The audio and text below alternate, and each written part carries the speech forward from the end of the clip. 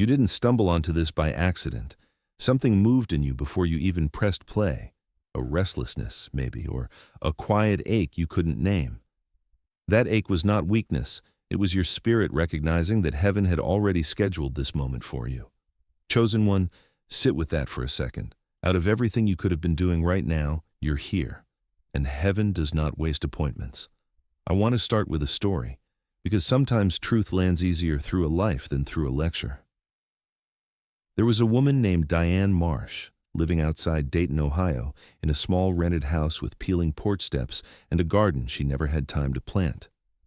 Diane had worked 17 years at a regional logistics company, the kind of job that never made her rich but always made rent. Then, on a gray Tuesday in March, her department was restructured. That's the word they used, restructured. Diane called it something else, quietly, in her car in the parking lot with her hands shaking on the steering wheel. For the first few weeks, she told herself it was fine. She had savings. She had a plan. She sent out resumes, dressed for interviews that led nowhere, and watched her bank balance shrink like ice on a warm sidewalk. By the second month, the calls from collectors started. By the third, she was choosing between the electric bill and her daughter's asthma medication. I tell you this not to dwell in her pain, but because I want you to recognize something in it. Maybe you've never lost a job. Maybe your battle looks different. A marriage under strain, a dream you buried, a body that won't cooperate, a bank account that never stretches far enough. But the feeling is the same. The feeling of carrying more than you were built to carry, alone in silence, while the world keeps moving like nothing is wrong. Chosen one, heaven sees what the world walks past. Diane didn't know it yet, but something had already shifted in the unseen realm the night she sat on her kitchen floor, back against the cabinet, and finally stopped pretending she was okay. She didn't pray a polished prayer. She didn't have the strength for eloquence. She just whispered, "I don't know how much longer I can hold this." And heaven heard that whisper, louder than any performance of faith she could have staged. This is something I've learned in my own life, walking through valleys of my own. Heaven doesn't wait for you to have the right words. Heaven responds to the honest ones, the cracked ones, the ones that come out broken because you are, in that moment, at the very end of your strength. If that's you right now, if you are tired in a way sleep doesn't fix, if you've been holding a weight so long you've forgotten what your shoulders feel like without it, I want you to hear this clearly. You are not being punished. You are not forgotten. You are being positioned. There is a difference between a season of lack and a season of preparation, and from the inside, they can feel identical. Both are uncomfortable. Both stretch you. Both make you question whether anyone is actually watching. But one of them is building something in you that the other cannot. Diane didn't know which season she was in. All she knew was the ache of Thursday's rent notice taped to her door and Friday's silence from every company she'd applied to.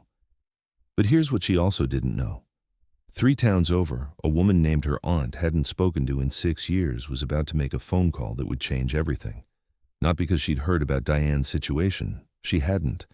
She simply woke up that morning with Diane's name sitting heavy on her heart, the way a name sometimes does when heaven wants your attention.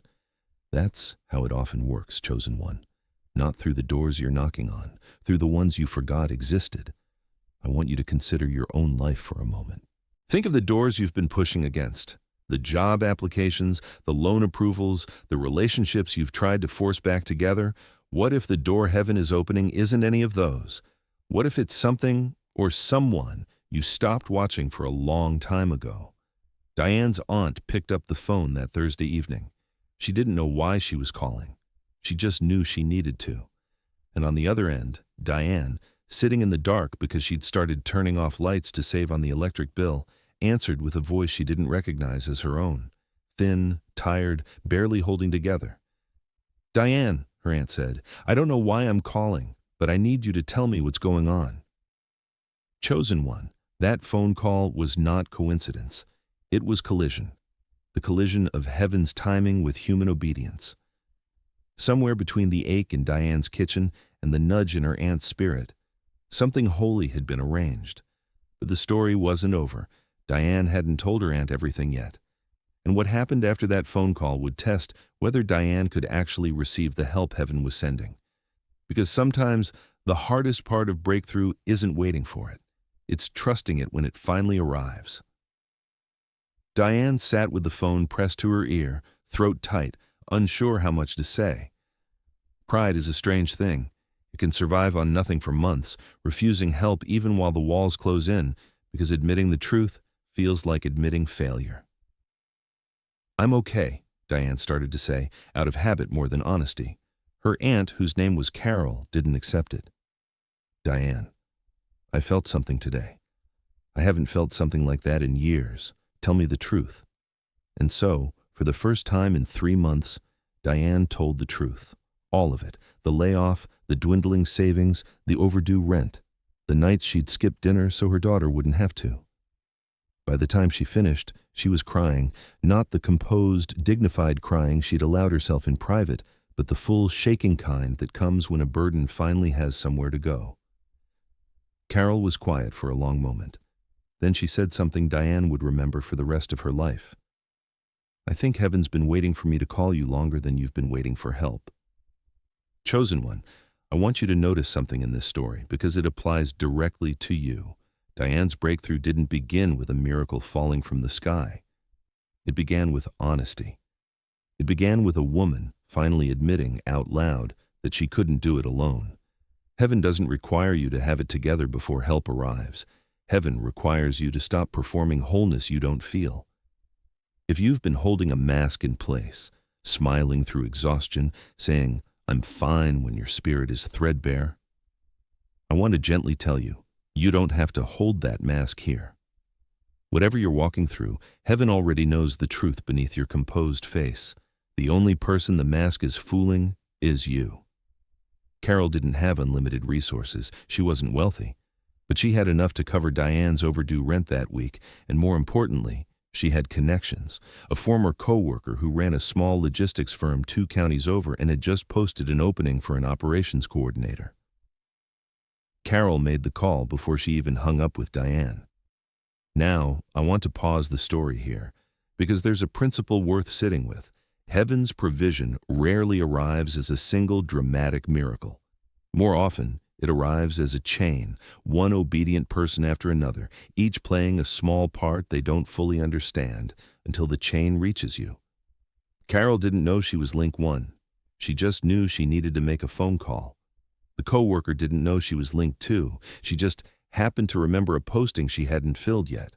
You are somewhere in a chain like that too, chosen one, either as the one about to receive or as the one heaven is nudging to reach out to someone else. Don't ignore those nudges. The thought that crosses your mind about someone you haven't spoken to in years, that impulse to check on a friend, to make a call you can't explain, these are rarely random. Heaven still moves through people. It always has. Diane got the interview 2 days later.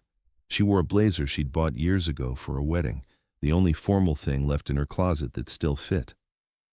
She sat in the waiting room of a small office building off Route 4, hands folded in her lap, praying the kind of prayer that has no eloquence in it at all, just repetition. Please, please, please. The interview lasted 40 minutes. The hiring manager, a woman named Patricia, asked about Diane's experience, her strengths, her reasons for leaving her last position. Diane answered honestly, even the layoff, even the hard parts. She'd decided somewhere in the parking lot that she was done performing a version of herself that wasn't true. And something about that honesty landed differently than any polished interview answer could have. Patricia later told her that most candidates recite rehearsed lines. Diane told the truth, and the truth is what convinced her. Chosen one, here is a truth about the seasons ahead of you. The version of you that heaven is elevating is not the polished, performed version. It's the honest one, the one who has stopped pretending. Stop rehearsing a version of your story you think will impress people and start living from the version that's actually true. That version is the one heaven blesses. Diane left the interview not knowing if she'd gotten the job. She drove home past the same gas station, the same church with the flickering cross sign, the same intersection where she'd once run a yellow light because she was too tired to care. Everything looked the same. But something in her had shifted. That evening, her phone rang. It was Patricia's number.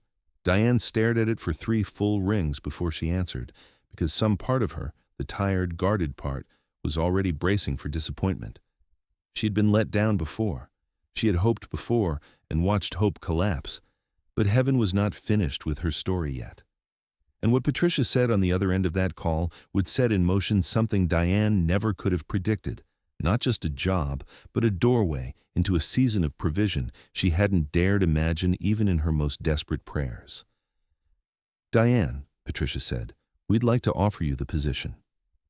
For a moment, Diane didn't respond, not because she didn't understand, because relief, when it finally arrives after months of held breath, doesn't always come out as joy right away.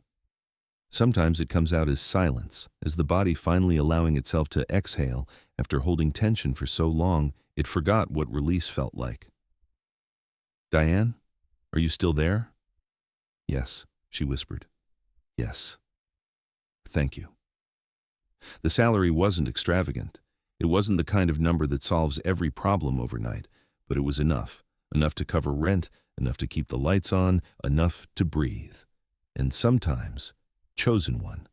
That's exactly what heaven's provision looks like at first. Not overflow immediately. Enough to stand on, enough to stop drowning. The overflow comes after, once you've proven you can steward the enough with gratitude instead of resentment.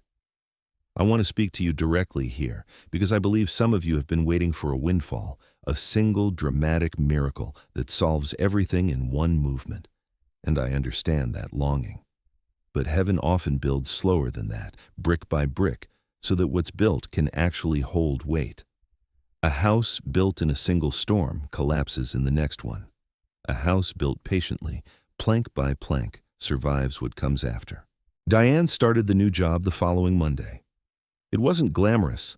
Spreadsheets, coordination calls, the quiet rhythm of an office that smelled like burnt coffee and printer toner. But every morning she drove there, something in her chest loosened a little more. She began sleeping through the night again.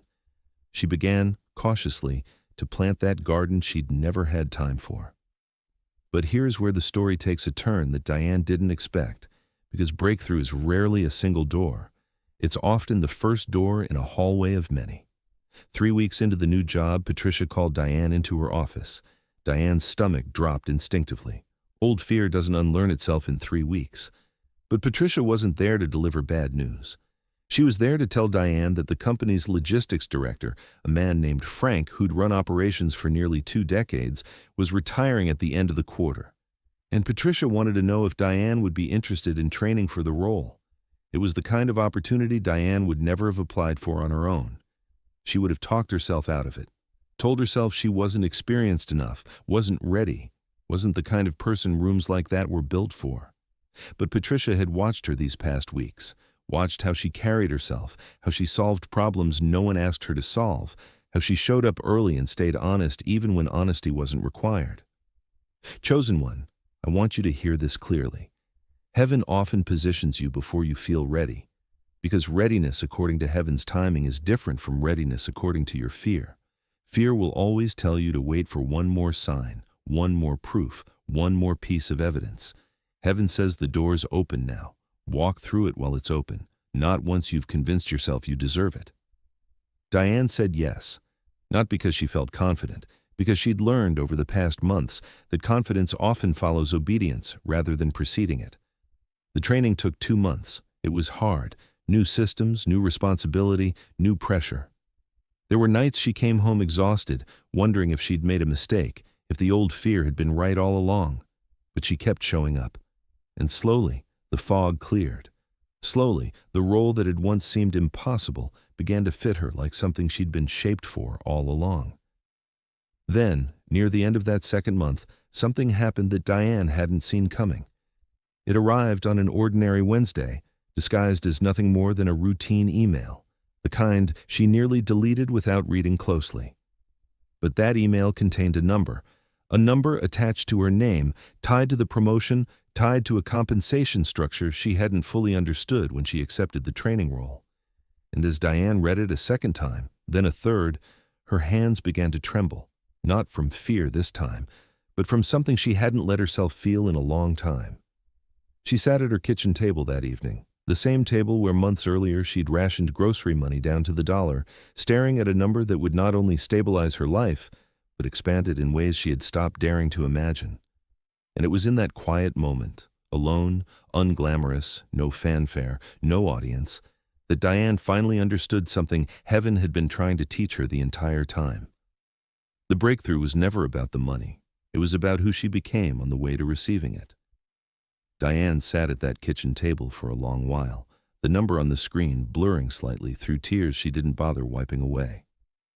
Outside, the evening had settled into that soft blue hour where porch lights start flickering on across the neighborhood, one by one, like small, quiet affirmations that the day had ended and another was coming. She thought about the woman she'd been 6 months earlier, sitting on this same kitchen floor, back against the cabinet, whispering a prayer too broken to be called eloquent. She thought about Carol's phone call, about the interview she almost talked herself out of attending, about the nights she rationed light and food and hope in equal measure. None of it had felt like preparation while she was living it. It had felt like collapse. It had felt like proof that she wasn't enough, that she'd failed, that the life she'd built was crumbling, and there was nothing left to do but watch. But sitting there now, she understood something she couldn't have understood in the middle of it. Every single one of those nights had been building something in her that the easy seasons never could have. Chosen one. This is the truth I want to leave with you. The valley you're walking through, or the one you're just now climbing out of, is not evidence that heaven forgot you. It is the very ground where your capacity to receive what's coming is being formed. You cannot skip the valley and still become the version of yourself able to steward the mountain. The two are connected. The waiting was never wasted. Diane's story didn't end with a single number on a screen. In the months that followed, she paid off the debt that had piled up during her unemployment. She planted that garden, tomatoes and basil, and a stubborn row of sunflowers that grew taller than her daughter by August. She started quietly, setting aside a little each month for the future, not out of anxiety, but out of a peace she hadn't known before. She reconnected with Carol not out of obligation, but out of genuine love, visiting on Sundays, bringing vegetables from that same garden. And one evening, almost a year to the day after that first devastating phone call about her layoff, Diane sat on her porch, the same peeling steps, though she'd since had them repainted, and watched her daughter chase fireflies across the yard. She realized she wasn't waiting for anything anymore. She wasn't bracing for the next collector's call, the next impossible choice between bills. She was simply present, simply grateful, simply home. That is what heaven's provision ultimately restores. Chosen one, not just the resources, but the peace underneath them. Not just enough money to survive, but enough security to finally rest. If you have been in your own valley, whatever shape it takes, whatever name you'd give it, I want you to hear this as clearly as I can say it. The story is not finished. What feels like collapse right now may, in time, reveal itself as the very foundation your breakthrough needed. The door you're waiting for may not come from the direction you're watching. It may come from a phone call you don't expect, a person you haven't spoken to in years, an opportunity that doesn't look like what you imagined but fits you more perfectly than anything you could have designed yourself. Heaven has not forgotten your name. Heaven has been preparing the ground beneath you, patiently, deliberately, even in the silence that felt the loudest. So breathe. Let go of the grip you've been holding on outcomes you cannot control. Trust the timing, even when it moves slower than your fear would like. And when the door finally opens, and it will, walk through it with the same honesty that carried you through the waiting. Your season is turning. Your story is not over. And everything you've walked through has been quietly, faithfully, preparing you for everything that's still ahead.